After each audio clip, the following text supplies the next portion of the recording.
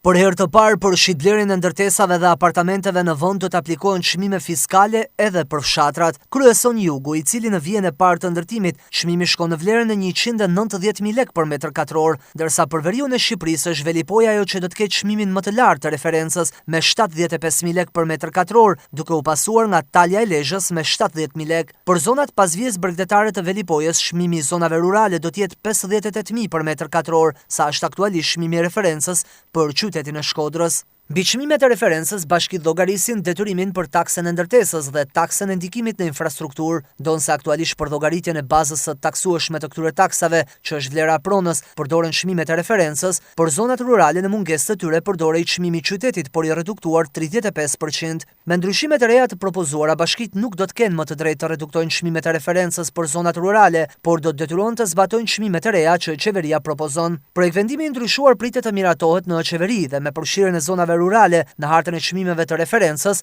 numri zonave kadastrale në gjithë vendin arrin në 176. Aktualisht rrethet janë të ndara në 65 zona kadastrale. Edhe këto çmime janë rishikuar me rritje deri në 196%. Grupi i punës që i ka hartuar çmimet thotë se shumë zona rurale, kryesisht bregdetare, do të ndahen në disa zona kadastrale. Qeveria ka rishikuar projektvendimin e publikuar të konsultimet publike dhe propozon ndarje në disa zona kadastrale dhe për fshatrat. Konkretisht vija e parë e disa fshatrave në zonat bregdetare do të ketë çmim reference shumë herë më të lartë se zona në brendësi të fshatit, ndërsa në tërësi të gjithë fshatrave, përjashtuar atyre në zona turistike, propozon çmime fiskale të barabarta me çmimet aktuale që janë në fuqi për rrethet. Çmimet e reja fiskale të rishikuara në muajin korrik për rrethet pritej të hynin në fuqi në 1 janarin e këtij viti, por me rishikimet që janë bërë së fundmi çmimet e referencës, qeveria pritet të miratojë një ndarje të re me hartën prej 176 zonash kadastrale.